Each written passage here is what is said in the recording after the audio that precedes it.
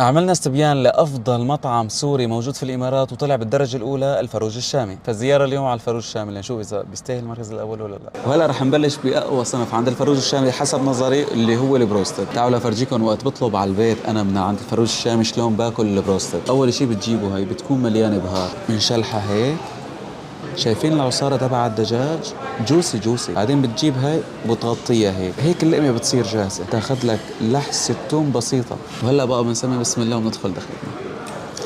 انتم ما بتعرفوا مقدار السعادة وقت بشم ريحة البهارات عند الفروج الشامي. شوف لي الصدر.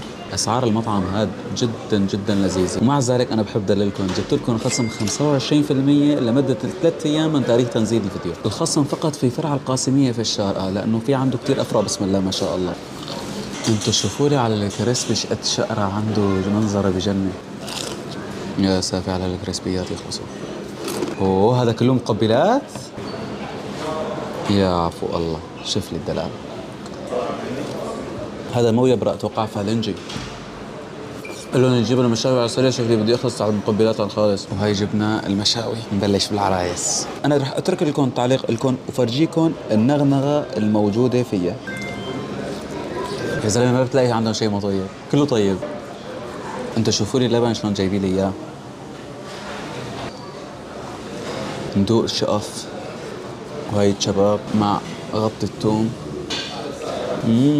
والله انا عامل رجيم ما خرج اكل خبز، بس هاي الخبزه بتكون منغنغه نغنغه. حط لي هاي هون.